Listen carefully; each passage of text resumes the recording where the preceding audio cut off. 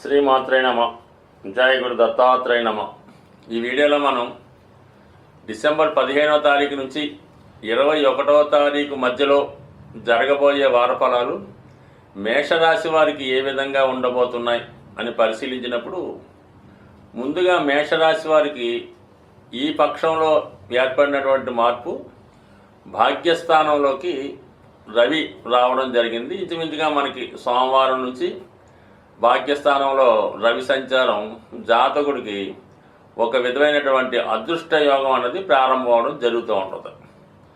ఎప్పుడైతే రవి భాగ్యస్థానంలోకి వచ్చాడో ఈ మేషరాశి వారికి ప్రభుత్వానికి సంబంధించినటువంటి కార్యక్రమాల్లో విజయం లభిస్తూ ఉంటుంది.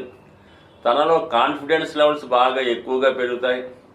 ఒక విధమైనటువంటి దైవభక్తితో, అతని యొక్క ఆత్మవిశ్వాసంతో వ్యక్తిగతంగా విజయం సాధించే విధంగా ఈ గ్రహస్థితి అనుకూలిస్తుంది. ముఖ్యంగా ఎవరైతే విదేశ ప్రయత్నాలకు కానీ, దూర ప్రాంతంలో ఉన్నటువంటి వారి బంధుమిత్రులను కలుసుకునే ప్రయత్నం చేసుకున్న వారికి కూడా ఈ గ్రహస్థితి చక్కగా అనుకూలించే అవకాశం ఉంది. ఎవరైనా ఈ వీసా విదేశ ప్రయత్నాలు చేస్తుంటే ఈ సమయంలో వారు చేసుకోవడం వల్ల ఇంచుమించుగా ఒక నెల రోజుల లోపలనే మీ యొక్క కార్యక్రమాలు నెరవేరే అవకాశం ఉన్నది. ఇక అష్టమ స్థానంలో బుధగ్రహ సంచారం జాతకుడికి రహస్యంగా చేసే కార్యకలాపాలు, రహస్యంగా మిత్రులను కలుసుకుని రహస్య కార్యక్రమాలు చేయడం, ధన సంపాదన కొరకు ఏదో ఒక పథకాన్ని వేయడం, కొత్త విషయాలు తెలుసుకోవడం, పరిశోధన జ్ఞానం లాంటివి వచ్చే అవకాశం ఉంది. జాతకుడికి వ్యక్తిగతంగా కొత్త విషయాలు తెలుస్తాయి. అతను రహస్యంగా ఉంచాలనుకున్న విషయం 10 మందికి తెలియడం వల్ల కొంతవరకు తన వ్యాపార వ్యవహారాలు, వ్యాపార రహస్యాలు బయట వారికి తెలిసే అవకాశం ఉంది. సో దానివల్ల పెద్దగా నష్టం లేకపోయినా జాతకుడి యొక్క లైఫ్ సీక్రెట్ తెలిసిపోతూ ఉంటుంది అన్నమాట, బిజినెస్ సీక్రెట్. సో దానివల్ల అందరూ కూడా జాతకుడిని అనుసరించి జాతకుడు చేసే విధంగా వ్యాపారం చేయడం అన్నది మొదలు పెడుతూ ఉంటారు. ఏ కార్యక్రమం అయినా సరే మేషరాశి వారికి వారు కొత్తగా ప్రారంభిద్దాం అనుకుంటారు. ఎవరు చేయని విధంగా కొత్తగా ఏదో ఒక బిజినెస్ వాళ్ళు స్టార్ట్ చేస్తారు.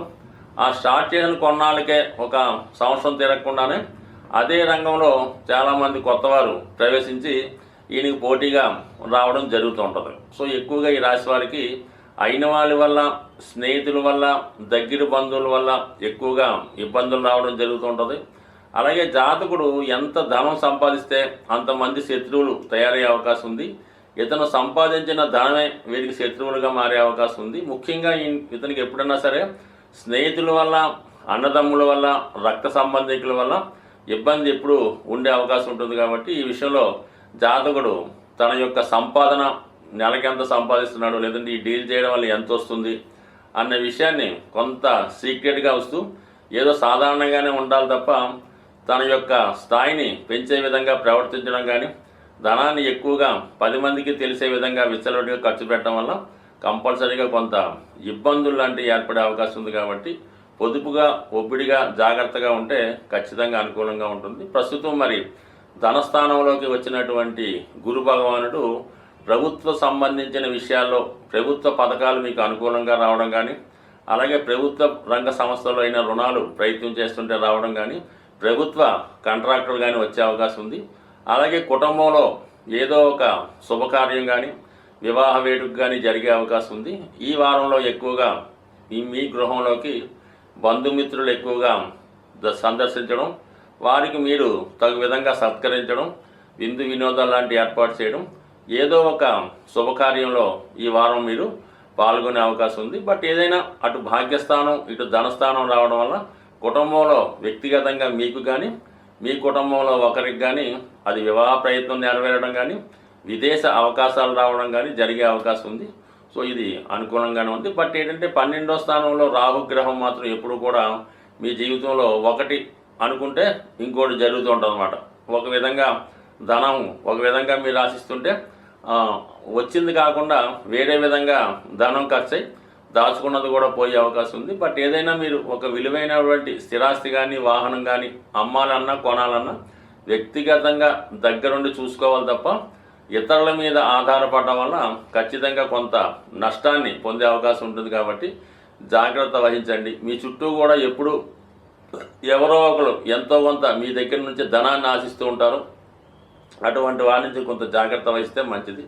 ముఖ్యంగా రాబోయే ఈ వారం అవచ్చు, గత వారం నుంచి చతుర్థ స్థానంలో కుజగ్రహ వక్రగమనం ప్రారంభమైంది. మీ మేషరాశి వారికి అష్టమాధిపతిగా ఉన్నటువంటి కుజుడు చతుర్థ సంచారం వల్ల అంటే మీరు ఏదైనా స్థిరాస్తులు, భూములు అమ్మే ప్రయత్నం చేస్తే ఖచ్చితంగా అవి సక్సెస్ అయ్యే అవకాశం ఉంది. అలాగే ఎవరైతే ఉన్న ప్రాంతం నుంచి వేరే ప్రాంతం మారదామనుకున్నారో, స్థానచలనం కోరుకునే వారికి తప్పనిసరి పరిస్థితుల్లో స్థానచలనం జరిగే అవకాశం ఉంది. జాతకులు ఏ రాశి వారైనా వారి యొక్క గ్రహస్థితిని అనుకూలంగా మార్చుకోవడానికి, గ్రహాల యొక్క దోషాల నుంచి బయటపడడానికి ప్రతి నెల కూడా ఏదో ఒక కార్యక్రమాలు, ఏదో ఒక పుణ్య రోజులు రావడం జరుగుతూ ఉంటుంది. అవి ఫాలో అవ్వడం వల్ల ఏంటంటే జాతక దోషాల నుంచి బయటపడమే కాక గ్రహాల యొక్క అనుకూలత కూడా రావడం జరుగుతూ ఉంటుంది. సో ఇది మార్గశిర మాసం. మనకి ఈ మార్గశిర మాసంలో వైష్ణవ దేవాలయాలు, విష్ణుమూర్తి దేవాలయాలు, వెంకటేశ్వర స్వామి దేవాలయాలు దర్శించడం వల్ల జాతకుడు ఎక్కువ ఫలితాన్ని పొందడం జరుగుతూ ఉంటుంది. ముఖ్యంగా విద్యార్థులు, వ్యాపారస్తులకి ఈ మాసంలో మీరు ఏదైనా ఒక వైష్ణవ దేవాలయంలో, వెంకటేశ్వర స్వామి టెంపుల్లో విధి విధానంగా అర్చన చేయించుకోవడం కానీ, ఎక్కువగా స్వామికి ఇష్టమైనటువంటి తులసి దళాలు మాల ఇవ్వడం కానీ, తులసి దళాలతో పూజించడం కానీ చేయడం వల్ల జాతకుడికి అంటే మనకి విష్ణు భగవానుడు తలుచుకుంటే అన్ని రకాల సౌకర్యాలు ఇవ్వగలడు. అలాగే జాతకం దోషాలతో సంబంధం లేకుండా ఎంత ఐశ్వర్యాన్ని ఇవ్వడం జరుగుతుంటుంది. కాబట్టి ఈ మాసంలో విష్ణుమూర్తి ఆరాధన అన్నది చాలా ఇంపార్టెంట్గా ఉంటుంది. కనీసం ఒక గురువారం కానీ, ఒక శనివారం కానీ ఈ విధంగా చేసుకోవడం వల్ల జాతకుడు తన దోషాల నుంచి బయటపడతాడు. అయితే ఈ వారంలో మనకి ఈ 18వ తారీఖున అంటే పౌర్ణమి వెళ్ళిన తర్వాత సంకష్టాల చతుర్థి రావడం జరుగుతుంది. ఇది విఘ్నేశ్వరుడు సంబంధించింది కాబట్టి, అంటే ఏదైనా ఒక దేవుడు కానీ, ఒక దైవం కానీ, ఒక వరం కానీ, ఒక దేవత కానీ, నవగ్రహాలు కానీ జాతకుడికి అనుకూలంగా ఇవ్వాలన్నా, ఒక వరాన్ని ఇవ్వాలన్నా కూడా విఘ్నేశ్వరుడు యొక్క అనుమతి తప్పనిసరిగా ఉండాలి. విఘ్నేశ్వరుడికి అనుమతి లేకుండా ఎవరు ఏ దేవత కూడా జాతకుడిని అనుగ్రహించలేదు. అలాగే జాతకుడు కూడా ఫలితాన్ని పొందలేకపోతుంటాడు. అందుకని భగవంతుడు ఇచ్చినవి మనకు పొందాలంటే కంపల్సరీగా విఘ్నేశ్వర ఆరాధన తప్పనిసరి. మరి ఈ నెలలో వస్తున్నటువంటి సంకష్టాల చతుర్థి రోజు మరి విధి విధానంగా వినాయకుడిని గరికతో అర్చించడం కానీ, ఉండ్రాలతో హోమం చేయడం కానీ, అంటే సాధారణంగా ఉదయం పూట చాలా దేవాలయాల్లో హోమం చేస్తూ ఉంటారు. ఈవినింగ్ మరి సాయంకాలంలో అభిషేకం చేయడం జరుగుతూ ఉంటుంది. ఈ అభిషేకం చూడటం వల్ల కూడా దోష పరిహారం అవుతుంది. కాబట్టి చేయలేని వారు అభిషేకాన్ని వీక్షించడం, అది కుదరని వారు ఇంట్లో గణపతి ఫోటో ముందు గరికతో కనీసం అష్టోత్తరంతో పూజ చేసుకున్న శీఘ్రంగా చిన్నగా పూజ చేసిన కేవలం సంకల్పం మాత్రాన అనుగ్రహించే దేవత విఘ్నేశ్వరుడు. కాబట్టి ఈ విఘ్నేశ్వరుడు ఆరాధనతో మనం ఇంచుమించుగా 2024 విడిచిపెట్టి 25లోకి వెళ్తున్నాం. కాబట్టి మరి కొత్తగా మనం రాబోయే సంవత్సరానికి ముందుగానే మనం ఇటువంటి దైవ కార్యక్రమాలు చేయడం వల్ల రాబోయే 25 చాలామందికి శుభం కలిగే అవకాశం ఉంది. స్వస్తి.